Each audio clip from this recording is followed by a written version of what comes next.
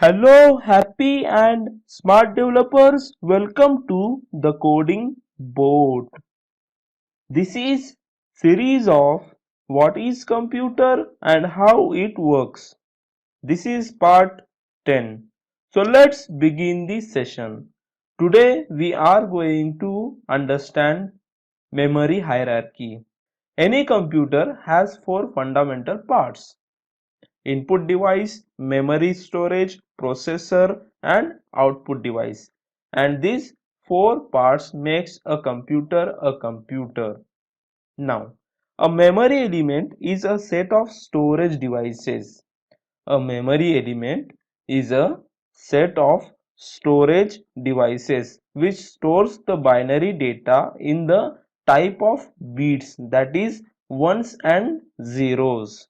Memory is an important component of computer where all the data and information are stored in the form of binary digits and received, accessed whenever they are necessary. Now, computer memory is physical device in a computer. Memory can be divided in three categories. What are those three categories? Let's understand. Memory can be divided in three categories.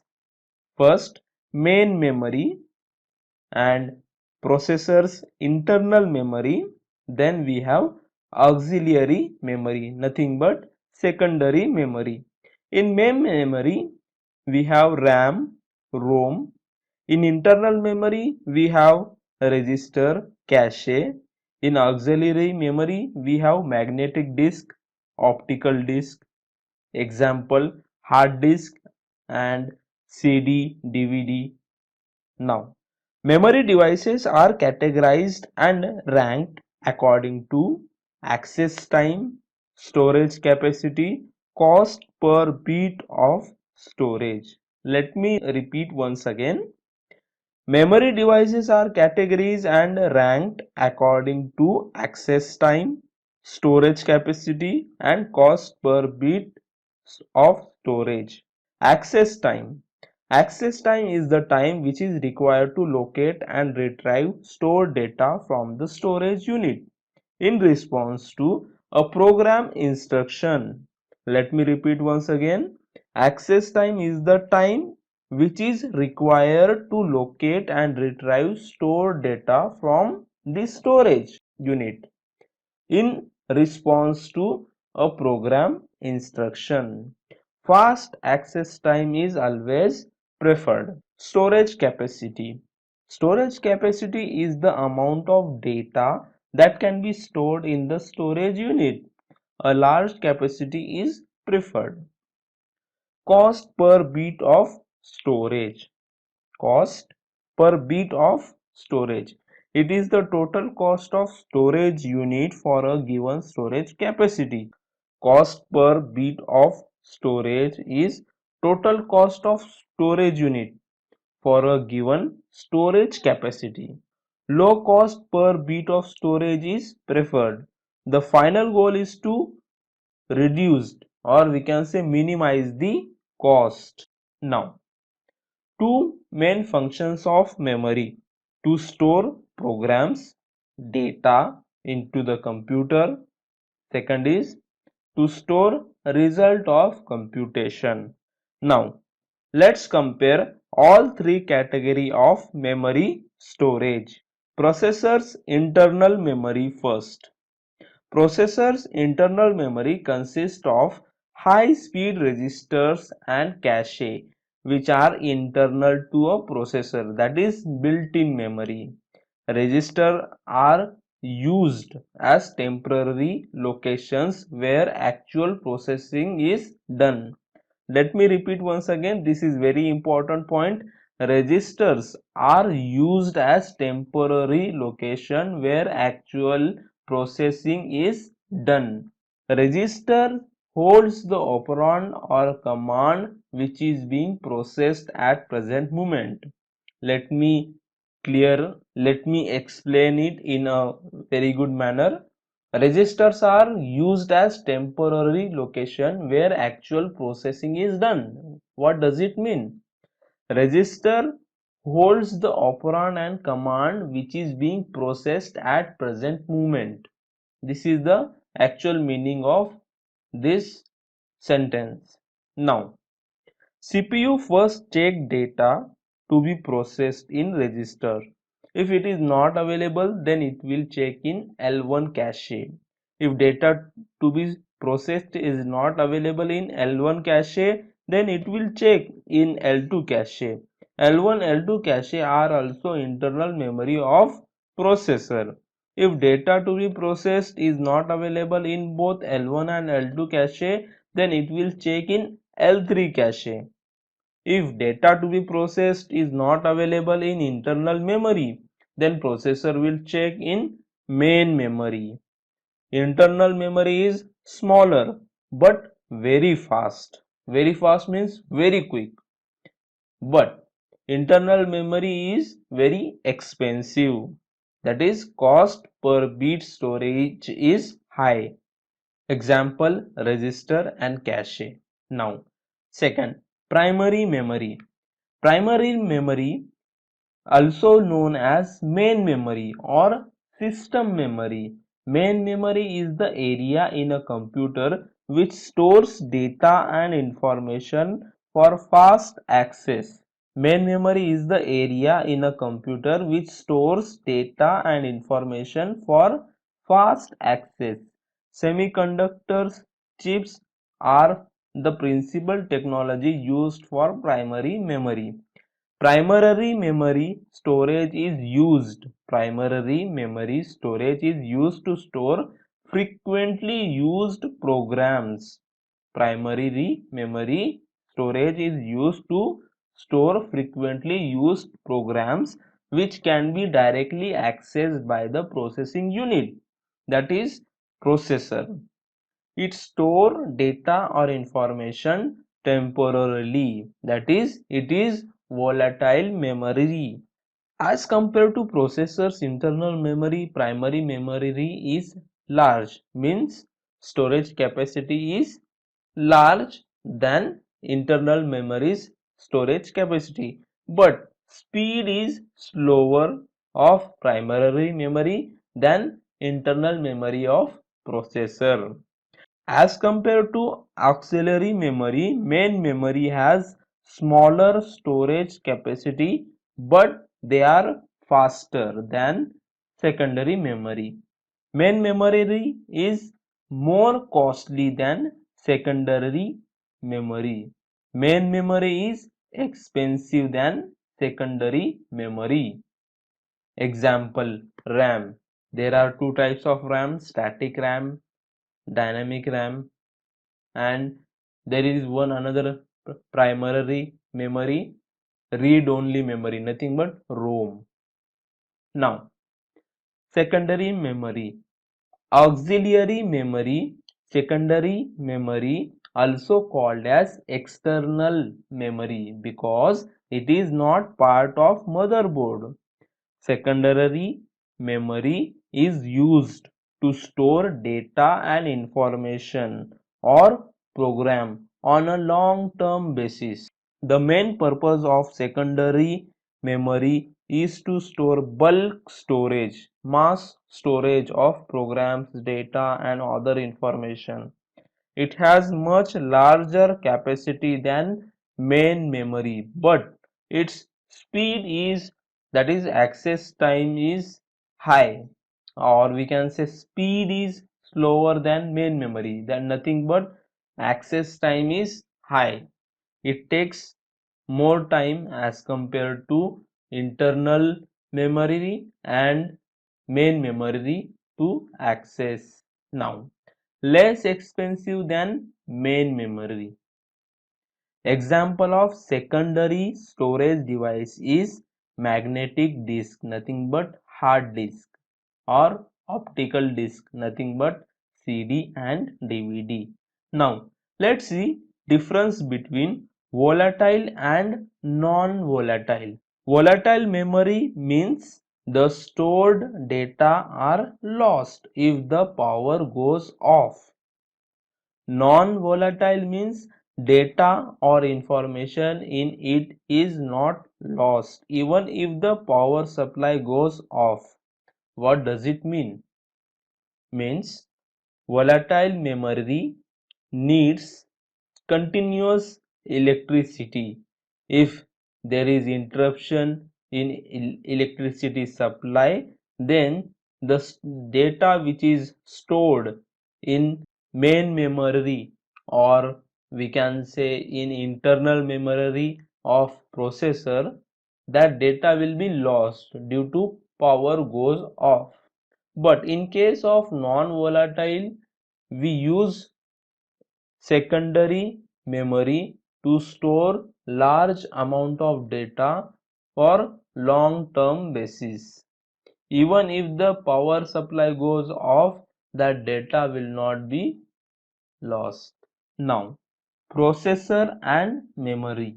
Processor and memory plays vital role in performance level of computer.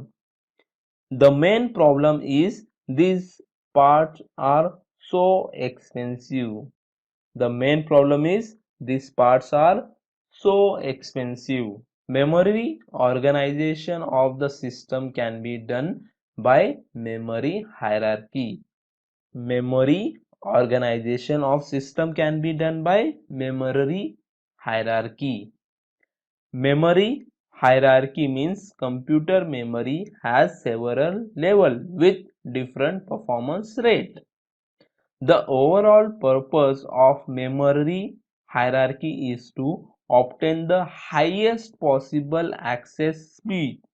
The overall purpose of memory hierarchy is to obtain the highest possible access speed while minimizing the total cost of memory system, that is, reduce access time to improve performance of the system while minimizing the total cost of the memory system. Now, the memory in a computer can be divided in 5 hierarchies based on the speed as well as the processor can move from one level to another based on its requirement. The memory in a computer can be divided in 5 hierarchies based on the speed as well as the processor can move from one level to another based on its requirement. Now, the 5 hierarchies in memory are register, cache, main memory, local, secondary memory, nothing but hard disk or CD, DVD, which are optical disks, and then we have remote secondary storage. In web servers, we have secondary remote storage, that is virtual memory we can say, or we can say few websites are there which provides facility to store data. For example, Google Drive is there. This is remote secondary storage. Now, note, very important note, first three memory are volatile memory. Which are those? Register, cache and main memory. Volatile means they need continuous supply of electricity. I have already explained. Volatile means they need continuous supply of electricity, which means when power supply gets interrupted, they automatically lose their stored data, whereas last two hierarchies are non-volatile, which means they store the data permanently. Now, let's see pictorial representation. This is one pictorial representation. Here we can see first we have CPU, nothing but processor. In processor, directly we have registers. Okay, few CPUs or few advanced CPUs have L1 cache memory and L2 cache memory built inside processors. Then we will have L3 cache memory. Then main memory, nothing but RAM. Okay, RAM, ROM, these are temporary memory, volatile memory. All these are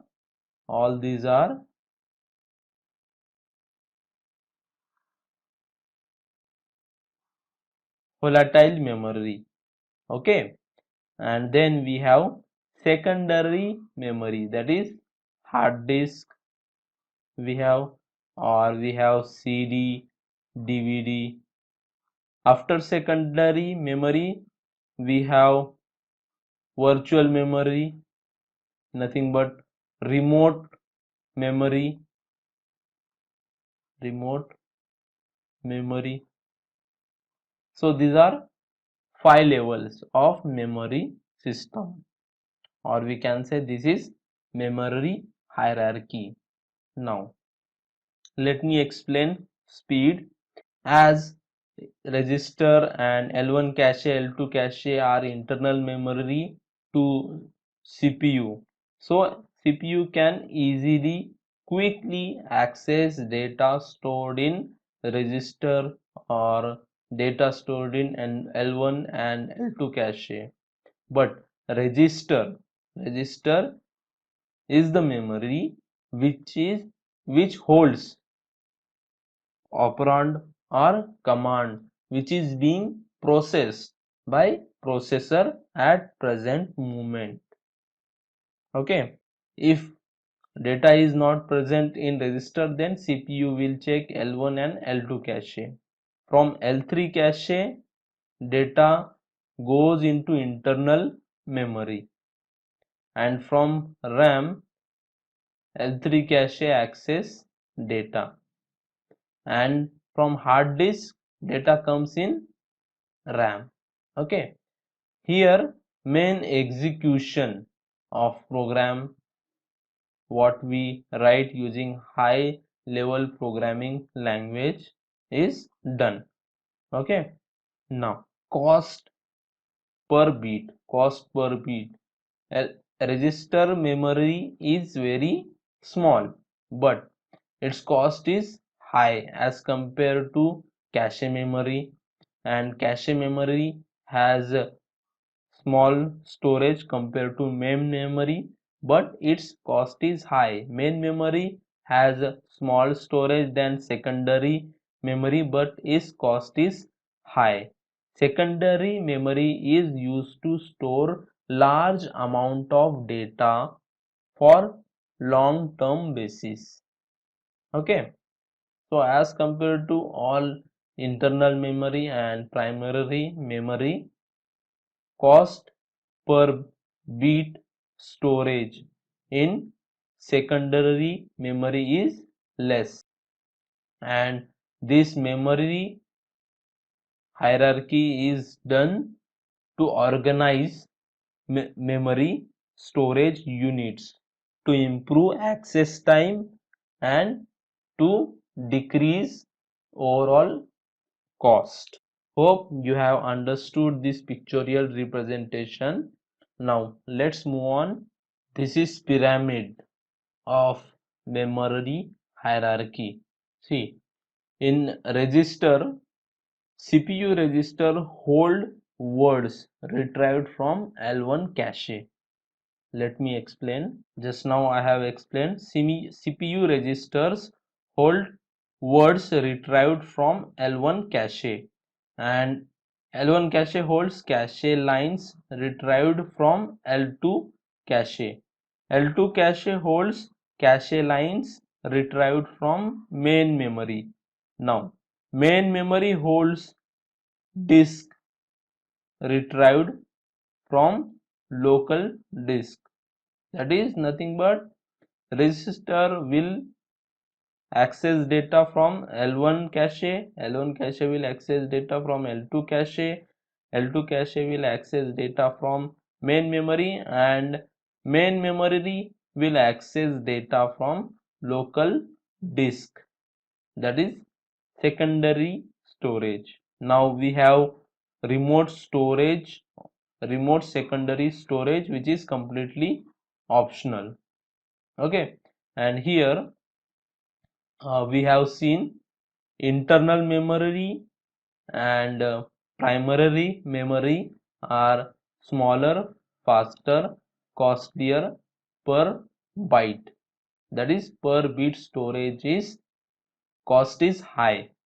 But whereas in secondary memory are larger, their capacity is high, but they are slower as compared to main memory and internal memory access time, but they are cheaper per byte.